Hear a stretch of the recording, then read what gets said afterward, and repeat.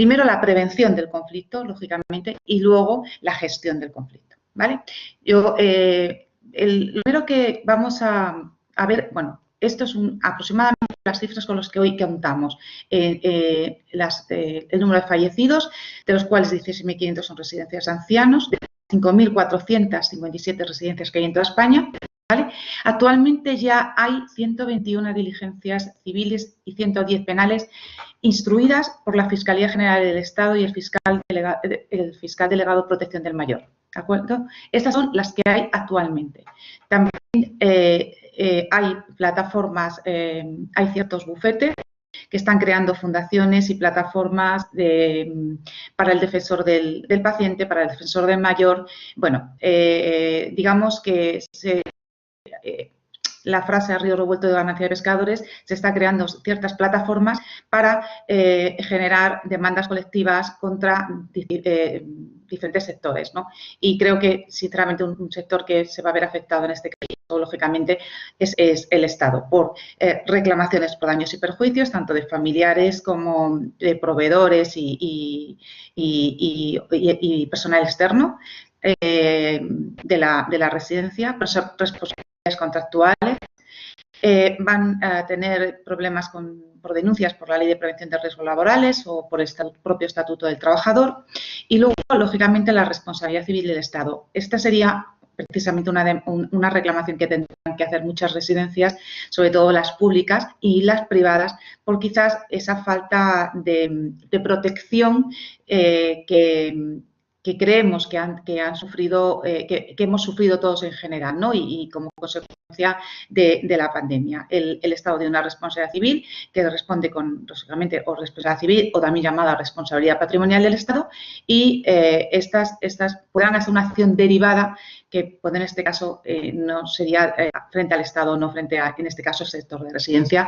Pero bueno, quería remarcarlo porque al final es una acción más, un conflicto o un litigio más con los que se pueden encontrar las residencias.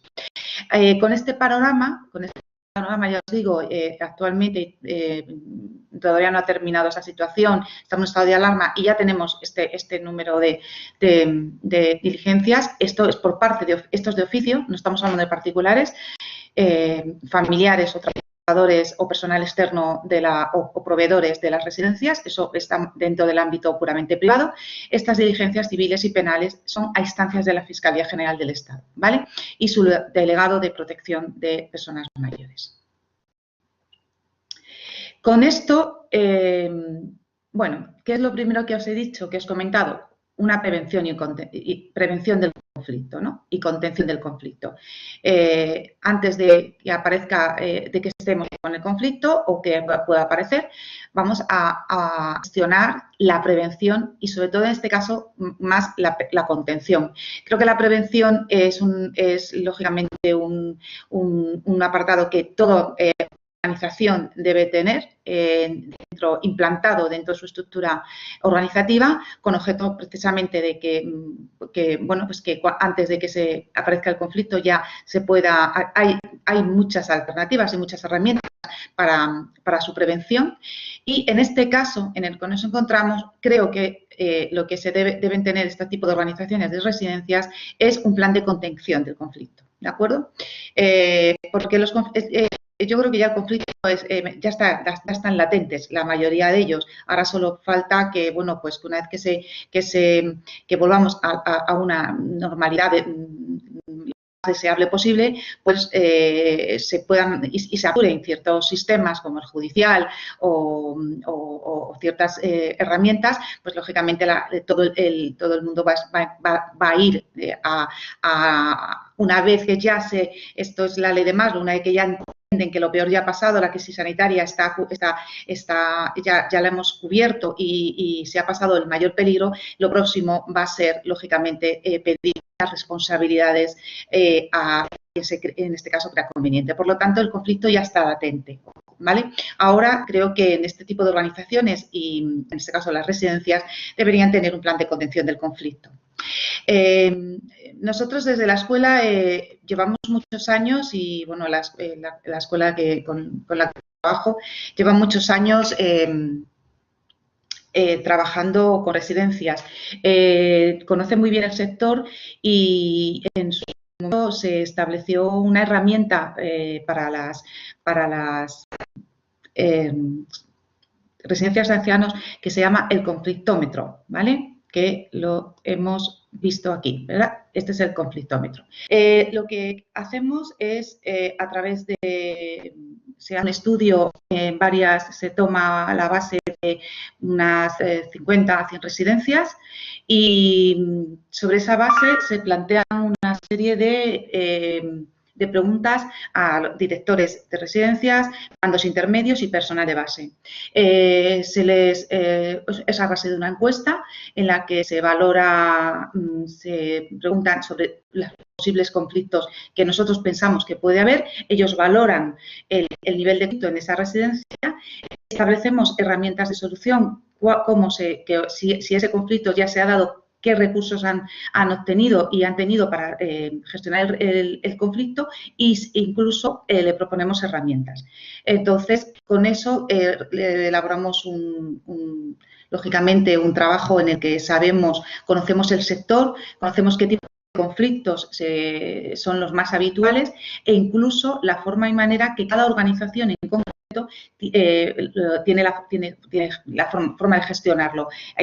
Hay organizaciones o residencias de ancianos que tienen un personal que se encarga de, bueno, pues de esto, de la contención del conflicto o de estar pendiente de que, bueno, pues ser una persona o mediadora dentro de la organización que un plan de acción cuando se presentan este tipo de conflictos. ¿De acuerdo? Entonces, eso nos va a dar un profundo conocimiento del sector. ¿De acuerdo? Como decía, que es importante conocer lógicamente el sector, ¿no? Es decir, conocer el sector es fundamental a la hora de determinar y hacer una buena prevención y contención del conflicto. Si conoces el sector en el que estás trabajando y puedes tienes acceso a la organización, al personal directivo, conoces la jerarquización de ese sector y conoces la forma de trabajar y además tienes esta herramienta que se llama conflictómetro que presentamos para hacer un mapeo del conflicto en general, pues lógicamente contamos con una muy buena base para trabajar en esta prevención, ¿no? Y contención del conflicto. Hay que conocer las tipologías del conflicto, lógicamente, ¿vale? Ahora en estos momentos, ya os cuento, es decir, creo que los conflictos están bastante latentes, será cuestión de presentar un programa o elaborar un programa de contención del conflicto cuando se presente. Para ello, ¿qué se utiliza? Bueno, en la mayoría de ocasiones lo que consideramos conveniente que todas las organizaciones y fundamentalmente como tal las residencias de ancianos en el que hay la mayoría hay mucho personal jerarquizado, es una buena formación en gestión de conflictos, técnicas mediadoras o negociadoras a directores, mandos intermedios y personal de base. ¿De acuerdo? Es decir, con objeto que cuando se presente un familiar con un problema ante el personal, imaginaros, de base, esta persona no está preparada para contener ese primer conflicto, pero sí es posible que dentro de su escala haya una persona que está formada y preparada para la efectiva contención. Cuando hablo de contención, no estoy hablando de gestión. Es la forma de que el conflicto pueda seguir quedándose en el ámbito de la residencia, que pueda seguir siendo autorresponsabilidad tanto de la residencia como en este caso el familiar y que no salga al ámbito jurisdiccional, ¿vale? Que podamos resolverlo, encontremos la forma de resolverlo dentro con los medios que bueno, pues ahora voy a explicaros, ¿de acuerdo? Entonces, es una buena formación, insisto, este tipo de el personal de la directivo, mandos intermedios y personal de base, ¿de acuerdo? En el cual se les va a dar, en cuestión de pequeñas técnicas, pequeñas herramientas que les ayuden a enfrentarse en un primer momento con el conflicto, ¿no? Igual que, es decir, nosotros como abogados creemos que somos no lo creemos, somos el primer contacto con el conflicto, ¿no? Cuando una persona acude a un abogado para plantear un posible pleito judicial o una controversia en el ámbito procesal. Lo que defendemos los abogados, que en este caso me defino como consultor de prevención y gestión de conflictos, lo que intentamos conseguir es que cuando el conflicto se genere dentro del ámbito más estructural del mismo, que es en este caso las residencias, es el familiar, con ese conflicto que con un personal de la residencia o con una mala praxis que él considere de la residencia, esa es la verdadera raíz del conflicto y naturaleza del conflicto, y ahí es donde se debe de quedar de momento, ¿de acuerdo? Eso es contener el conflicto. Porque lo que sí que sabemos es que una vez que sale de el conflicto sale de su propia naturaleza interna, sale de esa el conflicto ya empieza a aumentar, porque ya, bueno, pues tenemos la situación de que vamos a ir a un abogado, el abogado por una reclamación, en la residencia va a hacer lo mismo, va a buscar su abogado y ahí ya nos encontramos en una escalada del conflicto que además es decir, está judicializada, y lo que queremos evitar precisamente es llevar ese conflicto al ámbito judicial, porque consideramos que es la peor manera de resolver. ¿De acuerdo? Otra herramienta que creo que deben tener este tipo de organizaciones es un consultor externo, o bien hay residencias que incluso tienen un consultor interno de prevención y gestión del conflicto. ¿De acuerdo? Es decir, con esto que quiero decir, que una vez que hemos contenido dentro de nuestra propia organización, hemos hecho ese programa de contención del conflicto, ahora hay que gestionarlo, hay que buscar la mejor solución para ese conflicto, para que que las expectativas y las necesidades en este caso, del cliente o familiar o las partes que tienen el conflicto salga a lo mejor satisfechas. Y eso es una buena gestión del conflicto. Esta gestión del conflicto, indudablemente, tiene que ser un consultor externo o bien alguien que forme parte de la organización y que trabaje este tipo de gestión de conflictos. ¿De acuerdo? Por lo tanto, ¿qué es un consultor de prevención de conflictos? De prevención y gestión de conflictos. Pues mirad, el consultor es el que decide, una vez que valora el conflicto, estudia el conflicto, hace una buena evaluación del mismo, de las partes, tanto de la tipología de conflicto como de la naturaleza del mismo. El consultor decide la forma en que cree cómo se puede resolver ese conflicto, todas ellas sin acudir a la vía judicial. ¿De acuerdo? Entonces va a escoger,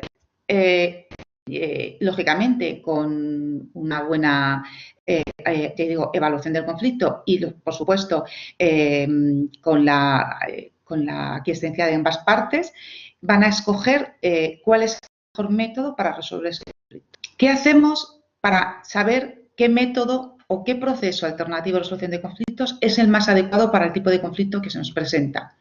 Bueno, pues ya os digo, lo primero que tenemos que hacer es una buena evaluación del conflicto, ¿vale?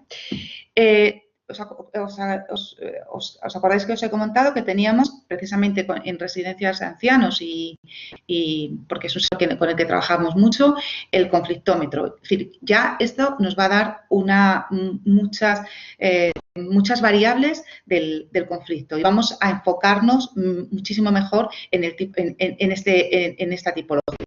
Hacemos un buen mapeo del conflicto, ¿vale? El mapeo del conflicto, ¿qué consiste en?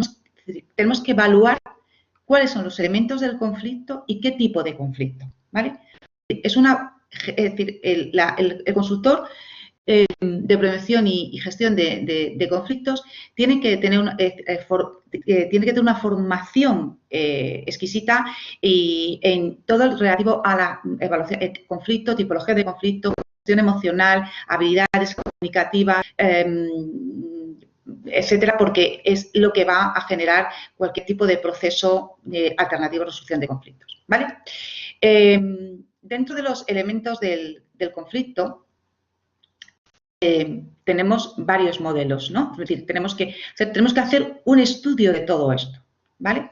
¿Quién son los protagonistas del conflicto? Las relaciones de poder que hay entre las partes, cómo se percibe el problema de cada el mismo conflicto, ambas partes tienen una percepción diferente y con esa percepción vamos a tener que empezar a trabajar para cambiar generalmente esa percepción y llevarla a un sitio común de las dos partes. Por supuesto, tenemos que tener unas habilidades en gestión emocional, ¿vale? Porque todo conflicto está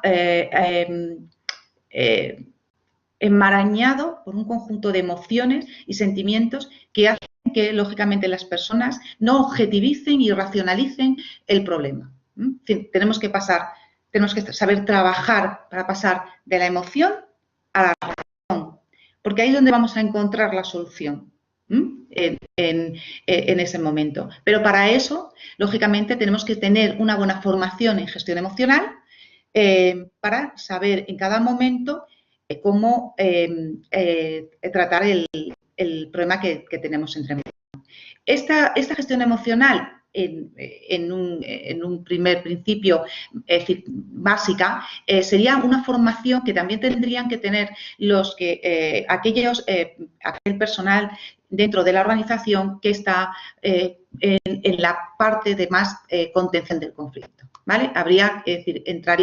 Sería una formación adicional para que en un primer momento de choque, cuando nos viene un familiar con un problema, cuando tenemos un proveedor o que nos plantea una controversia, saber en ese momento rebajar el nivel de tensión, que generalmente eso viene ocasionado por una emoción, ¿vale? Y trabajar la racionalización del problema. No dándole la solución, pero sí conteniendo esa emocionalidad, ¿vale? Trabajamos las posiciones, los intereses, las necesidades, valores, principios, posiciones, es decir, el familiar que considera que a su familiar, a su padre o a su madre no se le ha tratado, es decir, cómo se debería tratarle o que la ha ejercido una mala práctica o achacan problemas de que, no sé, temas por ejemplo, sabemos que hay muchos conflictos con el tema de la comida, con el tema pues, también la ropa, ¿no? Que si esos pequeños conflictos y que los familiares, lógicamente, intentan resolver al principio con esa queja recurrente y llena de ira, y luego, si no se soluciona, lógicamente, con la correspondiente reclamación, ¿no? El defensor del paciente o el abogado que plantea una demanda por daños y perjuicios, ¿no? Es decir, que hay multitud de situaciones. Bueno, pues esa es la posición, que es lo que quiere cada parte conseguir, ¿no? Que es lo primero que quiere conseguir esa persona, ¿no? Es decir, lo primero que te dice, ¿no? Quiero que me... pues no sé, que mi madre ha fallecido porque no se la ha atendido bien y quiero una indemnización de, no sé, 100.000 euros, ¿vale? Esa sería la posición inicial. Pero dentro de esas posiciones, que es cuando nosotros trabajamos esto, hablamos de la teoría del iceberg, del iceberg, ¿de acuerdo? La posición sería el pico, ¿no? Es decir, lo que yo estoy pidiendo, una indemnización, 100.000 euros, porque mi madre ha fallecido, ¿vale? Pero realmente, ¿qué trabajamos los verdaderos, los que nos dedicamos a trabajar desde este prisma de la resolución alternativa de los conflictos? Trabajamos el interés y la necesidad. ¿Cuál es el verdadero interés en pedir esos 100.000 euros de daños y perjuicios y realmente qué necesidades se van a cubrir o necesita cubrir o por qué necesidad, qué necesidad viene debajo de esa petición? porque la posición, a veces el interés es todo lo contrario a lo que se pide. A veces la posición es un interés puramente, un interés puramente económico, 100.000 euros, pero realmente a lo mejor el interés simplemente es una disculpa pública de la residencia y con una pequeña indemnización de 20.000 euros se conforma, ¿vale? Es decir, el que no se le haya tratado, porque recuerdo un caso reciente en ese sentido y realmente el interés era que no se le había tratado debidamente o no se le había dado el trato que merecía tanto, en este caso, la anciana como los familiares. Por parte, en este caso, de la residencia.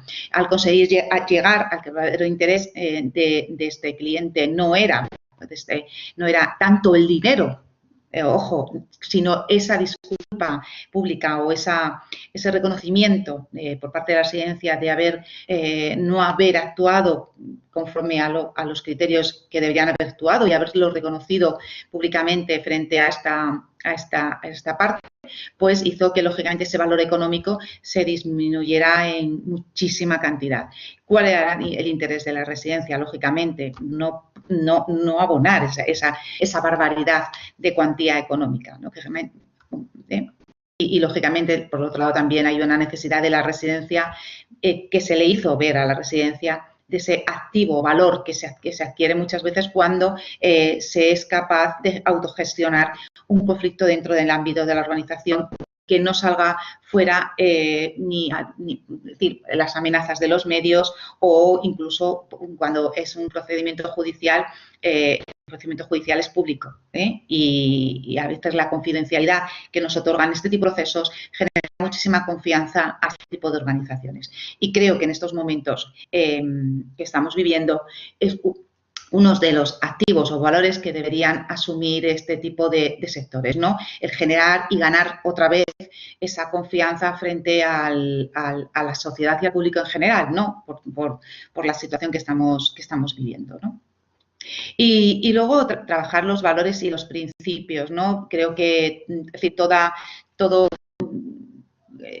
petición o cuando se genera un conflicto, a veces lo que se está denostando o se está quebrando son valores y principios de una de las partes, ¿no?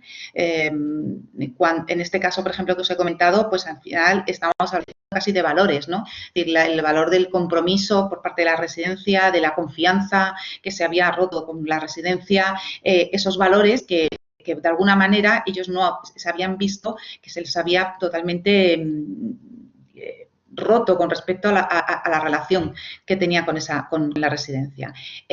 Curiosamente, a la reestructurar y encontrar ese interés y reestructurar esos valores, lo que se está haciendo es trabajar la parte más emocional del conflicto.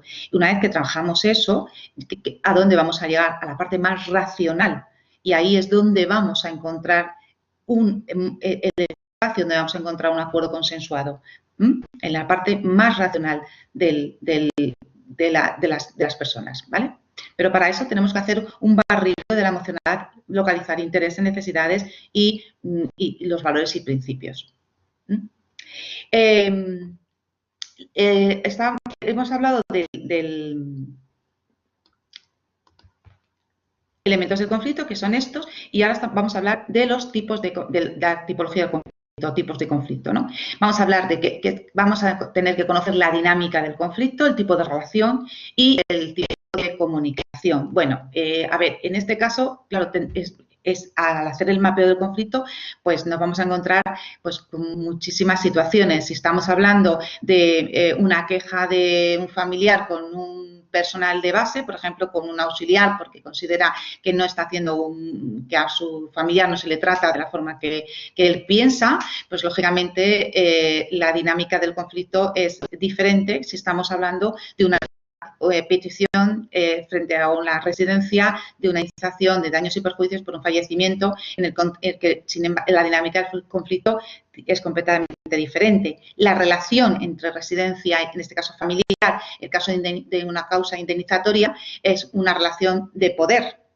porque estamos hablando que hay una cuantía económica por medio. Sin embargo, si estamos en un conflicto en el que es lo que se está valorando es mala praxis por parte de una auxiliar de la residencia, el tipo de relación, lógicamente, se acota muchísimo. Es una relación mucho más estrecha entre paciente y auxiliar. Con lo cual, y entre auxiliar y familiar. Es decir, los familiares, digamos que la relación que establecen con la residencia básicamente son el personal de base, no con los mandos más altos, ¿no? Es decir, que los directores, es decir, sobre todo estoy hablando de unas residencias de un volumen importante, ¿no? No estoy hablando de residencias pequeñitas en el que, lógicamente, los roles se invierten, ¿no? Estamos hablando de una residencia jerarquizada en el que realmente se pueden determinar y valorar mandos altos, intermedios y personal de base, ¿de acuerdo? El nivel de comunicación, trabajar la comunicación de las partes es fundamental. Es decir, cómo nos vamos a comunicar a partir de ahora, es decir, cómo se va a comunicar el familiar con, no sé, imaginaos con un consejo de administración, un abogado de la residencia y el director de la residencia, porque lo que estamos pidiendo es una cuantía indemnizatoria. Es decir, el nivel de comunicación no existe. O sea, aquí estamos hablando que no existe la comunicación y parece que ese nivel de comunicación solo se va a conseguir a través de, bueno, pues los respectivos abogados o los respectivos la sala procesal, ¿no? Una vista, un pleito, ¿no? Lo que es un pleito para reclamación. Es decir, la comunicación es completamente diferente. Si nos encontramos ante un conflicto de un familiar con un personal de base, la comunicación, o sea, seguramente es más, tiene una emocionalidad negativa mucho más alta, por supuesto, porque el nivel de relación es más estrecho, ¿vale? Sin embargo, lo que tiene es que sí tienen un nivel, tienen un modo de comunicación. Ahora, es decir, que trabajemos la gestión de ese conflicto, tenemos que tratar de cambiar la forma de comunicación, mejorar y transformar esa relación, ¿vale? Y la dinámica de ese conflicto, lógicamente, la dinámica de ese conflicto. Pero sí tienen comunicación. Sería mucho más difícil establecer ese canal de comunicación en el caso que os he puesto de una reclamación por daños y perjuicios con petición de cantidad indemnizatoria, ¿vale? Porque ya estamos hablando que un familiar se enfrenta con quizás algo que no conoce una dirección, no conoce quién es incluso el responsable a la hora de determinar esa responsabilidad. Entonces, una vez que ya, ¿veis? Ya sabemos poco hemos estudiado el conflicto, hemos hecho nuestro mapeo de este conflicto. El consultor va a escoger el método, ¿vale?, de resolución de conflictos. ¿Y cuáles son ahora los métodos de resolución de conflictos que hoy existen en nuestro ordenamiento jurídico, que dan la misma seguridad y eficacia que si se tratase de una sentencia y un proceso judicial, y que además garantizan muchos más principios que un pleito procesal? Aparte, son más económicos, más rápidos, y evitamos una cosa importantísima, y es la incertidumbre. ¿De acuerdo? Con cualquier modelo que escojamos, y ahora voy a explicar en qué consiste en cada uno de ellos, cualquier modelo que escojamos, vamos a evitar la incertidumbre. Es decir, yo recientemente he escrito un artículo en el que precisamente hablo de eso, ¿no? Tiempos de incertidumbre. Es decir, estamos en un momento en el que todo lo que nos rodea nos crea incertidumbre. Es decir, tanto nuestras relaciones personales como nuestra forma de relacionarnos nuevamente, cómo vamos a poder gestionar esa parte social de relación que teníamos anteriormente con amigos, compañeros de trabajo. Nos genera mucha incertidumbre si vamos a estar a 2 metros, si vamos a poder hablar, etcétera. Pues imaginaros en todos los ámbitos, ¿no? Es decir, desde pues, aquellos que están en ERTES, el empleo, se dejan de pagar hipotecas, se podrá volver a, ¿qué va a pasar con la economía? Es una depresión económica en V, en U, es decir, todo esto genera incertidumbre. Bueno, pues insisto, en aquello que puedas tener el mínimo control sobre el resultado, debes ser responsable y tirarte por esa vía. Y esto lo proporcionan los procesos alternativos de resolución del conflicto. Es decir, las partes son responsables al 50% del resultado de ese conflicto, de la solución, ¿vale? Son responsables. Llegarán a un acuerdo más o menos satisfactorio, dependiendo el acuerdo, dependiendo del modelo que se escoja, y a veces, lógicamente, todos estos modelos intentamos, salvo el arbitraje, trabajamos sobre el principio ganar-ganar, es decir, en el que ambas partes se consideran satisfechas y han cubierto sus necesidades y sus verdaderos intereses. Pero aun en el caso de que alguna de las partes tuviera que perder o ceder en algo para conseguir un acuerdo, siempre sería mejor porque esa cesión la ha hecho él de forma responsable, ¿de acuerdo? Es decir, no dejemos el resultado de un problema, un pleito, una controversia, a la responsabilidad de un juzgado que no sabemos, que nos genera mucha incertidumbre porque no sabemos a favor de quién va a dictar esa sentencia, porque el juez está para dictar justicia, en base a una ley, nada más. El juez no va a trabajar, hay una parte emocional que en el trasfondo de ese conflicto, si esa posición que se está pidiendo se convertir en interés. El juez no está para eso, no es su trabajo. El juez impone y parte justicia, nada más. Y nos puede gustar más o nos puede gustar menos, pero es una sentencia y es lo que hay. Pero lo que nos va a decir el juez no lo hemos decidido nosotros y eso genera mucha incertidumbre.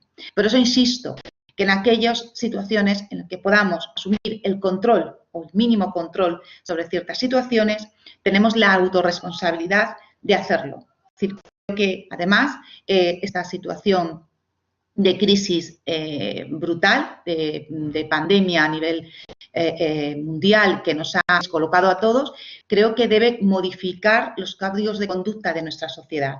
Generar una sociedad del siglo XXI en el que seamos más responsables de nuestras propias tenemos que solventar nuestros problemas de forma responsable y no delegar la responsabilidad en terceros, que, insisto, lo único que nos va a decir, pues, esto quizás está pasándonos, es por esa costumbre que tiene esas conductas que venimos arrastrando desde hace tantos años, os diría, siglos, de delegar la responsabilidad en un tercero, ¿no? Bueno, ¿cómo podemos trabajar? Bueno, pues podemos hacer una negociación, ¿vale? Podemos hacer una negociación.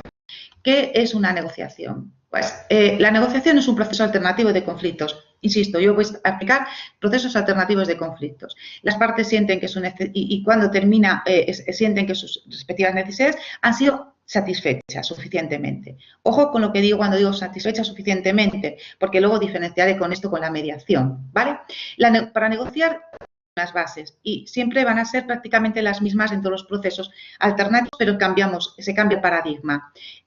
¿Por qué? Porque la negociación, por supuesto, es la negociación en la que se tiene que trabajar y preparar, investigar y preparación, eso que os he dicho del mapeo del conflicto, pues en la negociación tienes que trabajar la situación ante la que te encuentras, definir objetivos o discusión, lo que llamamos, en el ámbito de la mediación llamamos definir intereses y necesidades, establecer propuestas, ¿vale? Hasta aquí hemos llegado, esto es lo que quiero, creo que en esta negociación me plantean 100.000 euros de cuantía indemnizatoria, pero creo que realmente el interés que yo creo que si yo le digo que 20.000 y que una diga públicamente, seguramente, es decir, esto es negociar, ¿vale? Y estas propuestas que una de las partes genera, se ponen encima de la mesa, ¿vale?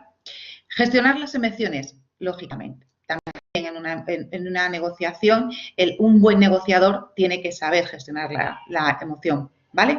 Porque es decir, se trabaja con ciertas paradigmas, como por ejemplo el MAN, ¿no? Que es mejor alternativa a un acuerdo negociado. El MAN, mejor alternativa al acuerdo negociado, ¿qué significa? Es una propuesta que yo hago mi propuesta, pero yo tengo reservado lo que solemos llamar en nuestro argot, aquí está en español, la carta bajo la manga. La carta bajo la manga es el MAN, es el límite que yo puedo aceptar en una negociación, ¿vale? Y para eso, para conseguir descubrir ese MAN o el PAN también, peor alternativa negociado, de la otra parte tengo que saber gestionar la emoción, ¿vale? Y luego, por último, el cierre de la negociación. Estas son las fases de una negociación. ¿Qué conseguimos con la negociación? Cerramos un acuerdo y para obtener esa garantía y esa seguridad jurídica respecto que tiene que tener todo acuerdo para que las partes no solamente estén satisfechas con su acuerdo, que lo han trabajado ellos con un proceso de negociación, sino que además tengan la seguridad jurídica de que ese acuerdo va a ser cumplido y va a ser eficaz, ¿vale? Entonces, ese acuerdo se tendrá que homologar, se tendrá que presentar a través de un juzgado o bien incluso a través de escritura pública, los acuerdos para, en su momento, si alguna de las partes incumple los acuerdos acordados, que la otra parte tenga la seguridad de que ese acuerdo puede elevarlo a nivel jurisdiccional para que se obligue a la otra parte a su cumplimiento, ¿vale? Es decir, con esto nos hemos quitado todo un proceso que llamamos en el ámbito procesal el procedimiento ordinario, es decir, en el que obtenemos, desde que pedimos algo con una demanda, planteamos una posición hasta que tenemos la sentencia, ese es el proceso ordinario que, insisto, estamos hablando de el Consejo General de Poder Judicial y las estadísticas, estamos hablando que un pleito ordinario puede durar alrededor de 1.600 días pues, aproximadamente y un proceso de negociación, estamos hablando que nos puede llevar días, es decir, días o incluso meses, 3 meses, pero hemos cerrado el conflicto, hemos contenido el conflicto, lo hemos cerrado y hemos llegado a un acuerdo. Si ese acuerdo, insisto, por cualquiera de las partes fuera incumplido, lógicamente sí que entonces habría que acudir a la vía jurisdiccional. Pero ojo, ya no para que se me reconozca mis derechos o mi petición que tengo, no, porque eso ya lo tengo reconocido en el acuerdo de negociación. ¿Vale? Solamente es para que se le obligue a cumplir. Y ahí ya nos encontramos con lo que todos conocemos, pues embargos, etcétera, etcétera. Bueno, os he compartido lo que os decía antes, el conflictómetro. Y bueno, para que veáis un poco, si tenéis en la pantalla a la izquierda una especie de lupa, ahí tenéis un zoom para que veáis, para que acerquéis y podáis verlo, ¿no? Y es un breve identificador de conflictos en servicios sociales o, bueno, en este caso, residencias, en el que, bueno, pues se identifica el conflicto. Por ejemplo, se ha hecho como consecuencia de esta situación, se ha mandado a varias residencias y, bueno, por ejemplo, en el estado en el que nos hemos encontrado debido a la pandemia ha sido necesario el aislamiento de algunos usuarios. Al ser personas con discapacidad no entendían muy bien las normas, las medidas adoptadas, no estaban conformes con el nivel de intensidad. Bueno, pues el tiempo de meses, pues eso es lo que nos han contestado, ¿vale? Es decir, si una persona experta en la tipología y en el mapeo del conflicto establece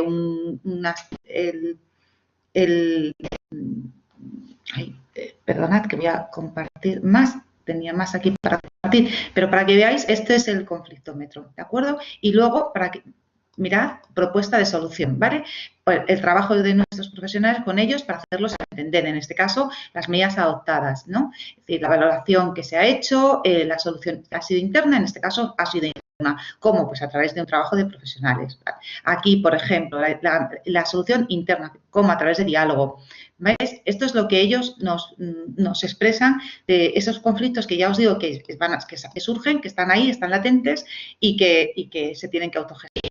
¿Vale? Hay algunos que se gestionan desde dentro y hay otros que, bueno, pues hay que buscar un experto fuera o bien, pues ya digo, hay organizaciones que ya tienen una persona dentro del departamento que es su organización que trabaja y gestiona este tipo de conflictos, especializado, ¿vale?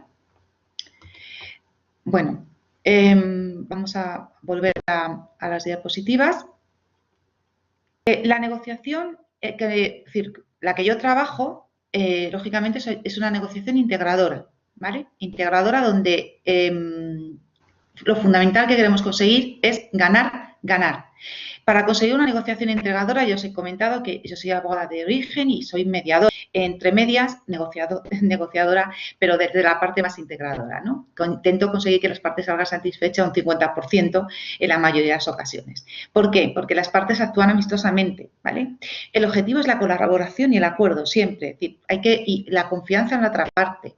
Y para alcanzar el acuerdo, las partes deben quedar satisfechas. Incluso, como os he dicho antes, si aceptaran pérdidas para alcanzar el acuerdo. ¿De acuerdo? Es decir, cuando tú empiezas una negociación y quieres conseguir esto, ganar, ganar, tienes que trabajar primero con las partes, de forma individual.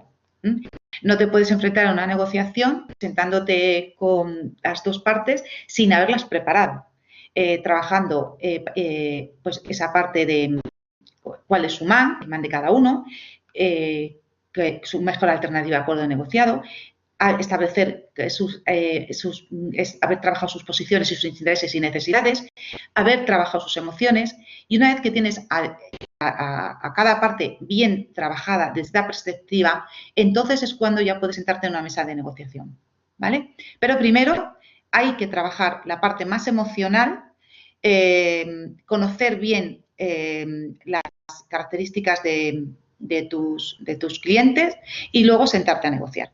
Hay otro tipo de negociación que es, en este caso sería una negociación con un solo abogado y tendríamos aquella negociación que participan dos abogados, el abogado por parte de la residencia y el abogado por parte del cliente. Pero, en definitiva, sería trabajar con las mismas pautas.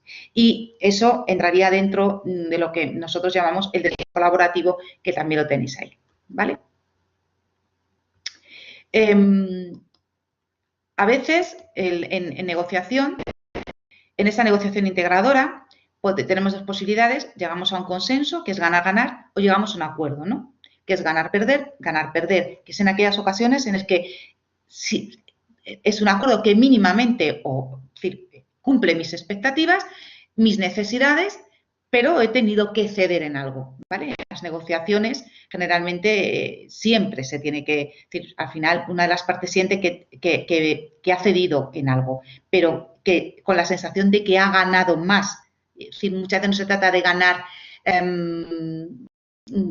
los 100.000 euros de cuantía indemnizatoria, a lo mejor es preferir ganar 50.000 en 2 meses que unos posibles 100.000 en 4 años, con recursos y bueno, porque claro, tenemos sentencia, luego tenemos los recursos y esto, bueno, las ejecuciones, embargos, etcétera. No podemos plantar en 4 años y no hemos recibido ningún tipo de cuantía indemnizatoria. Entonces, a veces, ¿qué es ganar y qué es perder, ¿no?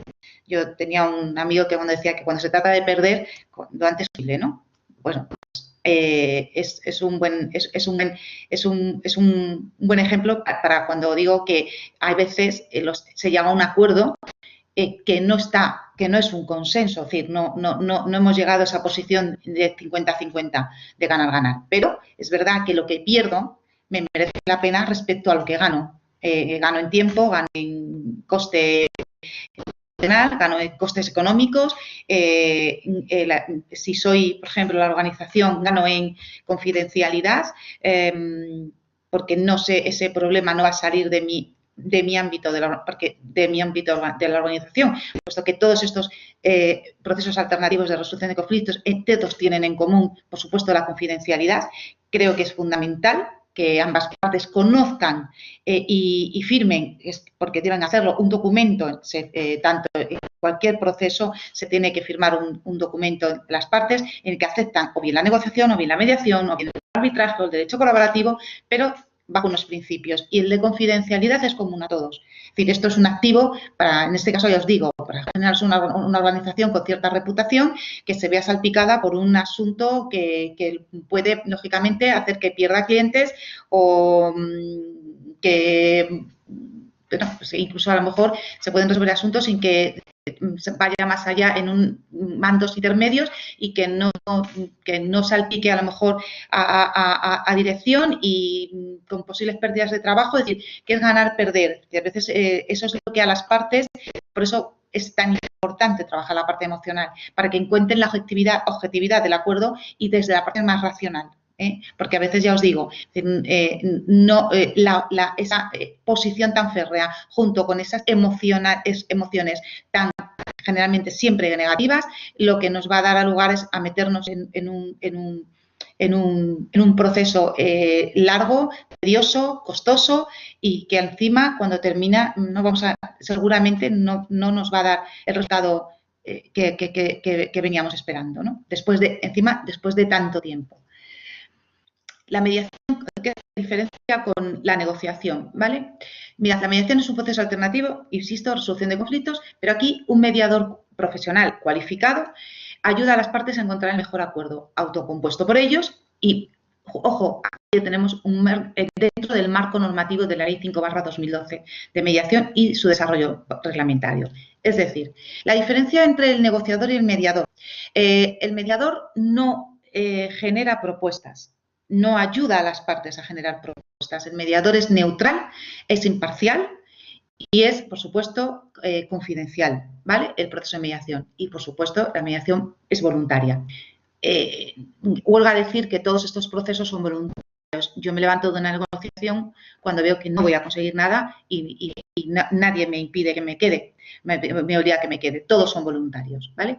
Pero, sin embargo, tenemos la diferencia de la mediación con la negociación, es que la mediación, el que actúa como mediador tiene que ser un profesional cualificado, formado debidamente, y en virtud de este marco normativo. Es decir, no todo el mundo es mediador, es decir, un abogado puede ser un buen negociador, pero para ser mediador y trabajar como mediador tiene que estar capacitado como mediador, debidamente formado. Esa es la diferencia. Los principios que rigen la mediación: voluntariedad, confidencialidad, imparcialidad y neutralidad. Esto que da la confidencialidad, lo que os he dicho, básicamente que es común a todos, ¿no? Es decir, la garantía de que el conflicto se queda dentro de la organización, el asunto se queda dentro de la organización y lógicamente el cumplimiento de ese principio sí que va a dar lugar a daños y perjuicios, porque sí lo firman antes de empezar un proceso, ¿no? Se firma un documento. Son voluntarios, en cualquier momento se abandona, se levanta uno de la mesa de la mediación, o sea, de la negociación, ¿de acuerdo? Pero el mediador es imparcial y neutral, es decir, el mediador no puede asesorar, el negociador sí puede asesorar a sus clientes, el negociador puede plantear propuestas, el mediador nunca la plantea las propuestas, nunca. Las propuestas nacen del desarrollo de un diálogo constructivo entre las partes, convirtiéndose en este caso el mediador en un facilitador de la comunicación y del diálogo entre las partes, que en un proceso conversacional que a través de preguntas consigue que las partes encuentren las respuestas a ese conflicto que tienen entre sí. ¿De acuerdo? Esa es la gran diferencia. Es decir, un mediador nunca puede dirigir a las partes hacia el acuerdo. Son las partes las que van a encontrarlo solos. Sí, pero sí que el mediador tiene que tener técnicas suficientes y habilidades para conseguir que a través, insisto, de un proceso conversacional y de técnicas de mediación y herramientas puedan las partes encontrar ellos solos la solución a ese problema que tienen. Y lo van a encontrar. Por eso la imparcialidad y la neutralidad. Lógicamente, imparcial respecto a las dos partes. El negociador, la imparcialidad, hombre, tiene que jugar, es fundamental que las partes sientan que están bien representados y que no está trabajando a favor ni en contra de ninguna de las partes, pero insisto, es que en la mediación son principios que están regulados por ley y que, lógicamente, el mediador tiene una responsabilidad civil importante respecto al incumplimiento de estos principios, ¿de acuerdo? Es imparcial con las partes y neutral con el conflicto. Eso es importante para cualquier persona, o sea, que trabajemos con personas en conflicto, es decir, ya seamos, estemos desde una perspectiva de negociadora o mediadora. Si no somos neutrales en el conflicto, nunca vamos a poder ayudar a nuestros clientes. Sí, porque el problema no, en el momento que no somos neutrales con el conflicto, nos metemos dentro del conflicto y entonces nos contaminamos de toda la parte emocional de nuestros clientes, de esa parte irracional y nos va a romper los principios de imparcialidad porque es muy difícil. Entonces, si te metes dentro del conflicto, ser imparcial y bueno, pues al final con esta situación las partes se sienten desasistidas, no generas confianza en ese proceso y las partes se van a levantar porque no, ya os digo, no van a encontrar esa asistencia o ese acompañamiento para resolver su problema. Con respecto a la diferencia de la negociación y mediación con respecto a la eficacia jurídica del resultado. Como os he comentado, la mediación está regulada por ley.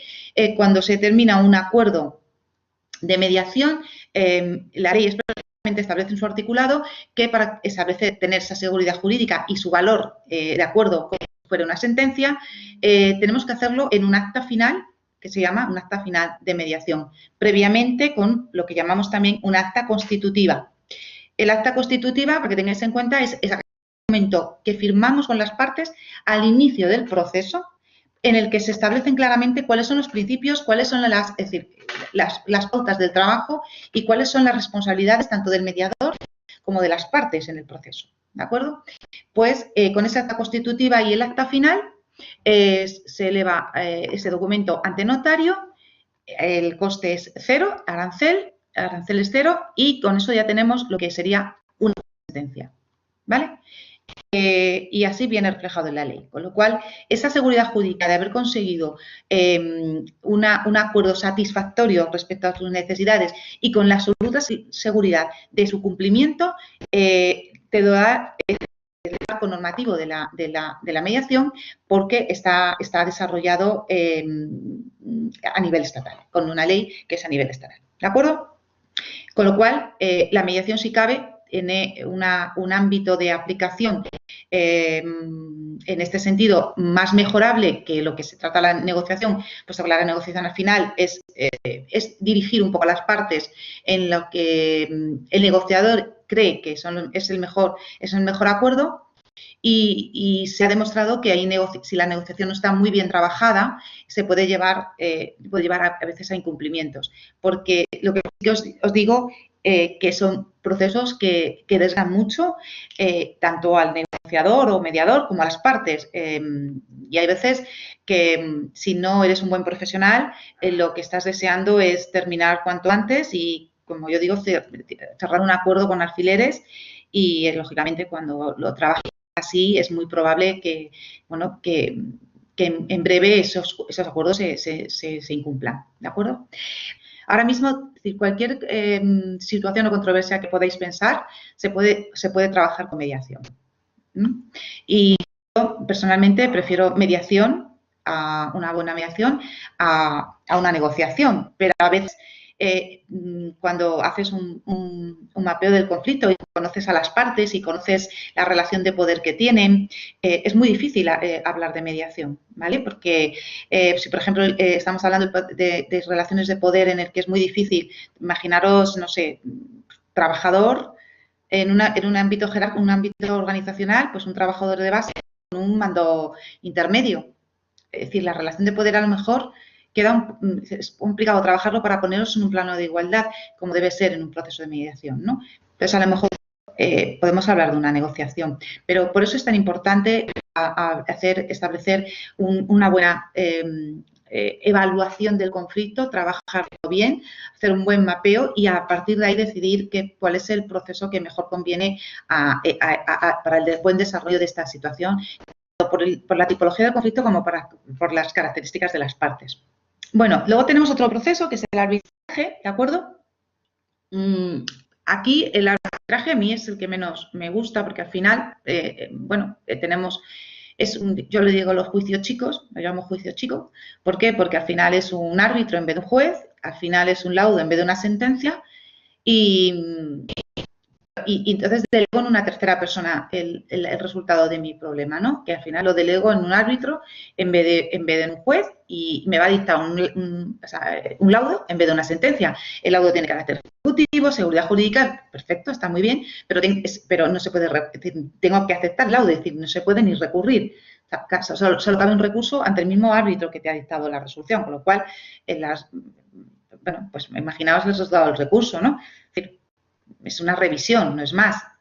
Entonces y es vinculante, con lo cual lo que me diga a mí el árbitro lo tengo que aceptar. Que me guste o no me guste, ya no hay, es decir, no hay vuelta atrás, ¿de acuerdo? ¿Qué tiene de bueno el árbitro? Pues a veces, pues el árbitro es que es un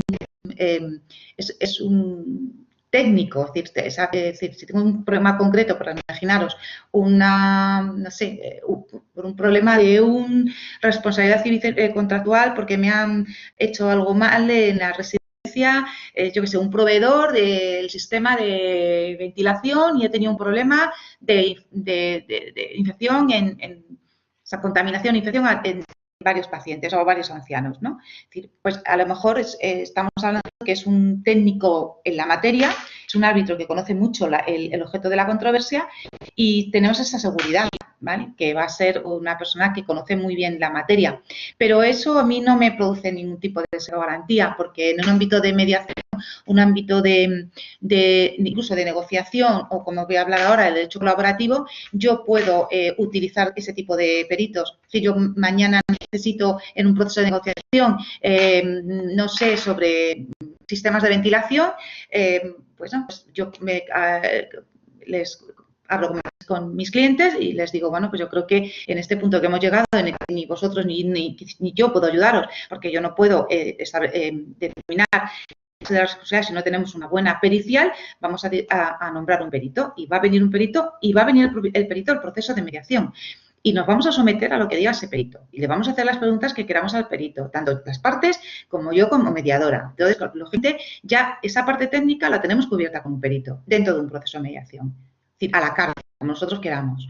Y depende de lo que nos diga, de lo que nos cuente, pues ya podemos establecer otra vía de propuestas, ¿vale? Con lo cual, a mí el arbitraje es la que menos, ya insisto, que la que menos me gusta, porque al final le derivas la responsabilidad en un tercero. Me pregunta Cristina, muchos familiares demandarán a las residencias por imprudencia y muerte de sus familiares. ¿Puede ofrecer un plan de mediación anteponerse antes de las demandas, que seguro serán económicas? Claro, por supuesto. Eso es lo que hablábamos, Cristina, al principio de la clase, cuando estábamos hablando de elaborar un plan de prevención contención del conflicto. Y os decía que yo creo que en este caso prevención es, bueno, pues ya es complicado porque creo que hay muchos conflictos latentes, ya están latentes, están a la espera, o sea, la espera de que se termine el estado de alarma y estemos ya más tranquilos en lo que se refiere a la crisis sanitaria. Pero una vez pase que volvamos a esa normalidad, entre comillas, de la crisis sanitaria, pues entonces esos conflictos latentes van a salir, bueno, ya os digo, ya existen plataformas de afectados por el coronavirus y bufetes que, bueno, ya sabemos que bueno, pues hacen el agosto con este tipo de demandas colectivas, ¿no? Entonces, las residencias aconsejo, por supuesto, que tengan un plan de contención de ese tipo de conflictos, porque serán demandas económicas, seguramente, la mayoría, por daños y perjuicios, por responsabilidad civil, en el caso de fallecimientos de pacientes dentro de la residencia. Con lo cual, es decir, más o menos el tipo de conflicto ya, en este caso, está claro, lo tenemos claro. Pero insisto, si yo fuera familiar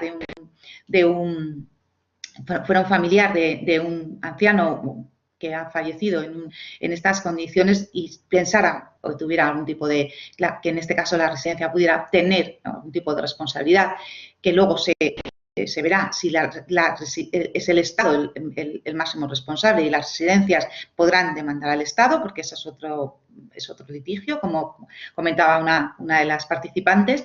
Aparte de eso, el problema es que estas demandas se van a colapsar los juicios. Es decir, si una demanda normal de indemnizatoria, pues estamos hablando de daños y perjuicios entre recursos y tal, pues 4 años, 5 años, pues claro, es decir, bueno, si tú puedes conseguir, es decir, nadie cree que porque medies vayas a conseguir menos, nunca. Insisto, un buen mediador, un buen negociador tiene que conseguir que ambas partes estén satisfechas con el acuerdo que han llegado, que satisfagan sus necesidades, importante, no sus posiciones. A veces la posición impide un buen resultado del proceso, pero es que nunca trabajamos, los que trabajamos en procesos alternativos de resolución de conflictos, nunca trabajamos posición. Estamos con ellos, por supuesto, estamos con ellos, pero nunca con ellos. ¿Vale? Ojo, ni siquiera los abogados que trabajan en vía procesal, cuando ponen una demanda, trabajan con la oposición. Es decir, eso es lo que se pide. Una cosa es lo que me dan. Yo creo que si todos algunos habéis tenido alguna experiencia por ejemplo, en temas de accidentes de tráfico, laborales incluso, se negocia a última hora en la entrada, venga, doy tanto, y cuánto tiempo ha tardado en llegar el juicio desde que yo pongo la demanda. A lo mejor tarda 1 año y medio, y en 1 año y medio al final me confirmo con el 50%. Eso pasa muchísimas veces, porque el problema es que llegas desgastado. Bueno, pues eso mismo puedes conseguir en 2 meses con un buen proceso de mediación, ¿no? Y esa es la verdadera valía de estos tipos de procedimiento. Insisto, además con la misma seguridad jurídica y eficacia que una sentencia. ¿De acuerdo? De hecho, ahora mismo hay un gran revuelo con respecto al ámbito de la mediación, puesto que no solamente el Consejo General del Poder Judicial, sino los juzgados y tribunales, incluso el Consejo de la Abogacía, están pidiendo que se deriven a mediación muchos de los asuntos que se van a generar, porque se va a producir un gran colapso, se prevé ya un gran colapso en el sistema judicial. Y hasta el Consejo de la Abogacía está pidiendo que se amplíe los ámbitos de mediación. Es decir, que lo tenemos ampliado, es decir, nosotros podemos mediar en todo, ¿de acuerdo? Bueno, pues ya hasta ese punto, hasta los abogados que eran un poco reacios a este tipo de procesos, pues están pidiendo la mediación como alternativa, porque no se va a dar respuesta a todo el cúmulo de demandas que se van a presentar. Bueno, por último vamos a hablar del derecho colaborativo. El derecho colaborativo es otro proceso, también alternativo, y supone un nuevo paradigma en el ejercicio profesional del derecho. Ojo, aquí son abogados, ¿vale?, en el que de forma consensuada y de forma integral buscan una solución al conflicto que satisfaga los intereses y verdadera de necesidades de las partes, reservando la vía judicial para tocar de eficacia al acuerdo, lo que os decía antes con la negociación. ¿De acuerdo? Es decir, el derecho colaborativo, ¿qué nos va a dar? Nos va a suponer, y como dice, un nuevo paradigma. Serán los abogados los que van a trabajar el conflicto de forma integral y van a llevar una solución consensuada de sus clientes, con la premisa, primero, que los clientes y los abogados tienen un acuerdo, primero, antes de empezar, un acuerdo que van a resolver ese conflicto por la vía del derecho colaborativo.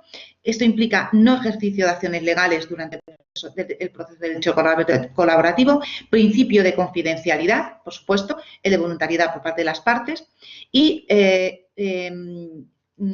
una solución consensuada que se va a homologar a través de un juzgado, si está judicializado, o a través de un notario si no estuviera todavía judicializado.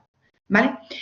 ¿Qué define o qué diferencia hay con la mediación o con la negociación? Bueno, aquí los abogados, el negociador puede ser un abogado o no, ¿vale? Si no tiene que ser abogado, puede ser una persona dentro de la organización que tenga unas capacidades y unas habilidades formativas de negociación brutales y no tiene por qué ser abogado, ¿vale? Bueno, el mediador tiene que ser, lógicamente, estar capacitado como mediador, si no, no puede ejercer como tal, y en el derecho colaborativo son abogados. Pero, ojo, los abogados que trabajan en derecho colaborativo tienen que tener una formación absoluta en gestión de la gestión de la emoción, de trabajar desde la oposición a los intereses y necesidades de sus clientes y trabajar desde la vía de la cooperación. En el derecho colaborativo, igual que pasaría con la mediación, podemos utilizar todos los medios y herramientas que podemos tener en un juzgado, es decir, periciales, testificales, documentos, pero con una diferencia. Los documentos que se dan a cualquier tipo de estos procesos, los documentos se presentan a las partes y estos documentos son confidenciales. Lo que no pasa en un proceso judicial, te pide un juez un documento y lo tienes que aportar. Y el expediente procesal es un documento público. Es público para las partes, lógicamente.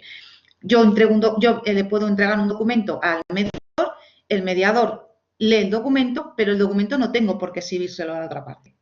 Eso queda al mediador la información que él debe manejar y tiene que saber manejar para que las partes lleguen a un acuerdo, pero no necesariamente enseñar el documento, con lo cual eso también genera mucha seguridad a las partes, el saber que a veces, es decir, hay cosas que queremos que queden en la confidencialidad, pero no solamente a la confidencialidad del proceso frente a terceros, sino frente incluso a la otra parte. Es decir, no tengo por qué conocer los entresijos de la organización para que, o de una residencia o de un director de residencia para yo conseguir un acuerdo, ¿vale? A lo mejor el mediador sí lo tiene que conocer, pero es confidencial. Entonces, todo de derecho colaborativo, peritos, si tenemos que utilizar personas de algún tipo de expertos técnicos, pues todos en un régimen de derecho colaborativo, todo eso se tiene que firmar en un previo documento para que las partes sepan que están trabajando desde esta perspectiva y no a lugar a sorpresas. Entre ellas, ya os digo, la obligatoriedad por parte de las partes de no iniciar ningún proceso judicial. Esto es en todos los procesos, es mediación y en derecho colaborativo, ojo, porque en negociación puede ser que no. Pues en negociación puede ser que esté el proceso judicial en marcha y no me obliga nada a que eso siga en marcha y durante el proceso judicial yo pueda estar negociando, ¿vale? Lo que pasa es, sinceramente, esto no da confianza a las partes, porque si yo sé que tengo un proceso judicial en marcha y yo estoy trabajando en un proceso de negociación, siempre voy a ser más reacio a ceder o no ganar todo lo que yo quiero ganar, porque en última instancia yo tengo mi procedimiento en marcha. Y a poco que mi abogado, por ejemplo, me dé unas perspectivas buenas del resultado frente a la otra parte, pues no voy a tener una capacidad negociadora. Con lo cual, no lo veo eficaz por ese lado. Es decir, insisto, a mí, de los 4 que he expuesto, lógicamente los que más me satisfacen o me gusta trabajar son con derecho colaborativo, que es con el que trabajo, o mediación. ¿A veces tengo que trabajar con negociación? Sí, lógicamente. Y básicamente, en la mayoría de los casos, estamos hablando de asuntos judicializados, ya judicializados, ¿vale? En la que, lógicamente, esa incertidumbre, tanto por parte de nuestros clientes como por parte de otros letrados que no sabemos el resultado de ese pleito, lógicamente, estamos entre medias, vamos a hacer una negociación por si fuera el caso de que solucionamos esto sin necesidad de esperar el resultado de la sentencia. Ventajas frente al proceso judicial. Pues esto os lo vengo diciendo, ¿no? Participar en un procedimiento constructivo y no destructivo de la relación. En algunos casos hay relaciones que deben ser mantenidas, ¿vale? Imaginaros, no sé, imaginaros una relación dentro de la residencia jerárquica entre un director, un alto mando y con un intermedio, ¿no? Van a tener que seguir trabajando, se van a tener que seguir viéndose las caras y hay que mejorar esa relación, ¿no? Bueno, pues construimos y reestructuramos esa relación y la mejoramos. Y, lógicamente, la responsabilidad en la gestión de tu propio conflicto, esa ya también lo he dicho, el control en la forma de la resolución, que también lo he dicho, lo he anunciado durante la conferencia, la ponencia, y reducir esa incertidumbre. Adecuas el acuerdo a las necesidades de cada parte. Insisto, cada parte va a encontrar satisfechas sus necesidades. Un entorno seguro y agradable, por supuesto, frente al carácter hostil de los juzgados. Entorno seguro y agradable, es decir, en un despacho, en un sitio donde las partes se sientan tranquilas, no se sientan juzgadas, no se sientan bueno, la palabra está dicha, juzgadas, ¿no? Es decir, porque se está poniendo en tela de juicio, pues a lo mejor tú validas como director de una residencia o como el gestor de una residencia, o se te está poniendo en cuestión y se están rompiendo tus principios, ¿no? Y tus valores, ¿no? Y eso es muy hostil, es muy hostil. Y lógicamente, aparte de la hostilidad de los juzgados, que ya de por sí genera mucha incertidumbre y genera mucha ansiedad, incluso depresión, ¿no? Porque estamos hablando que el juzgado genera todo este tipo de situaciones, ¿no? Además, te tienes que someter a la estructura de un juzgado, es decir, tú no puedes, es decir, tú marcas los tiempos en un proceso de este tipo, ¿no? Alternativo. Es decir, yo me puedo reunir lunes a las 5 de la tarde porque yo no puedo otro día. Aquí tienes que ir el día 5 y si el día 5 no puedes ir, o sea, pues tienes que ir el día 5 y en 5 minutos tienes que hacer valer aquello que defiendes y en 5 minutos, ya, insisto, de verdad, nadie ni se defiende ni acusa. O sea, es muy complicado en 5 minutos establecer es decir, poder explicar el por qué consideras mantener tu posición, ¿no? La confidencialidad, por supuesto, tanto durante la existencia del proceso y su resultado. Esto es importante también. Imaginaos que lo que os he dicho en alguna ocasión, imaginaos ese asunto que, bueno, pues que si sale de las fronteras de la organización, bueno, pues supone un escándalo público, pues, porque hay no sé, imaginaros, alguien que es famoso y esto pues muy mediático, y entonces no solamente la confidencialidad del proceso, durante todo el proceso, sino del resultado. Es decir, no puedes contar que has conseguido ganar a la residencia fulanita y tal 200.000 euros de daños y perjuicios. Si lo has conseguido en un proceso de mediación, eso es confidencial. No puedes ser voz popular, no se lo puedes contar a nadie, porque además eso implicaría un incumplimiento grave y se pondría daños y perjuicios, ¿vale? Es decir, la confidencialidad del resultado es muy importante, sobre todo para a lo mejor ese tipo de organización en el que no se puede.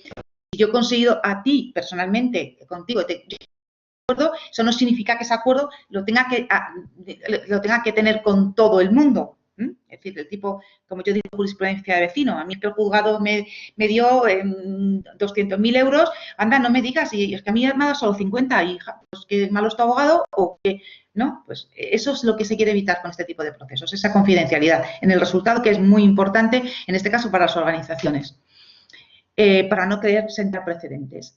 Y evitan conflictos futuros y se reconducen las bases sólidas de una resolución de conflictos. Bueno, esto está claro. Si una vez que has tenido la experiencia de tener una situación de este tipo y has trabajado con conflictos y lo has solucionado, pues lógicamente se